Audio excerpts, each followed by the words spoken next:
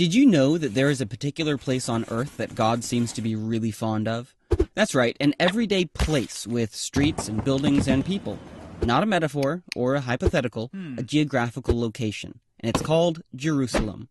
Over the years, all sorts of wars have broken out around Jerusalem, and many terrible things have happened to this city.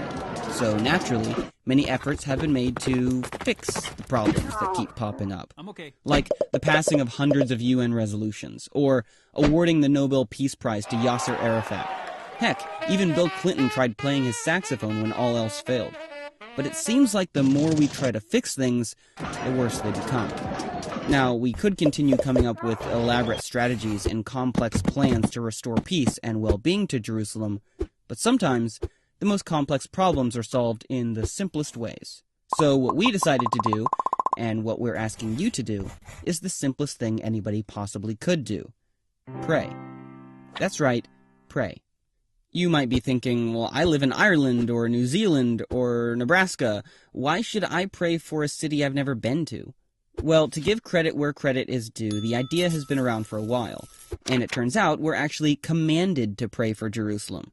See, we told you God was fond of them. And then there's always the possibility that praying for peace and goodwill is always the right thing to do. Now, we thought that praying for the peace of Jerusalem might sound complicated or like a lot of work, so we had the bright idea of starting small and keeping it super simple. What if we began by praying on one day every year? Just one. Sort of how we in America eat turkey the fourth Thursday of every November, or how Canadians celebrate their national animal on Beaver Day, the last Friday in February. What if we prayed for the peace of Jerusalem the first Sunday of every October, just making it a part of our prayer service that week?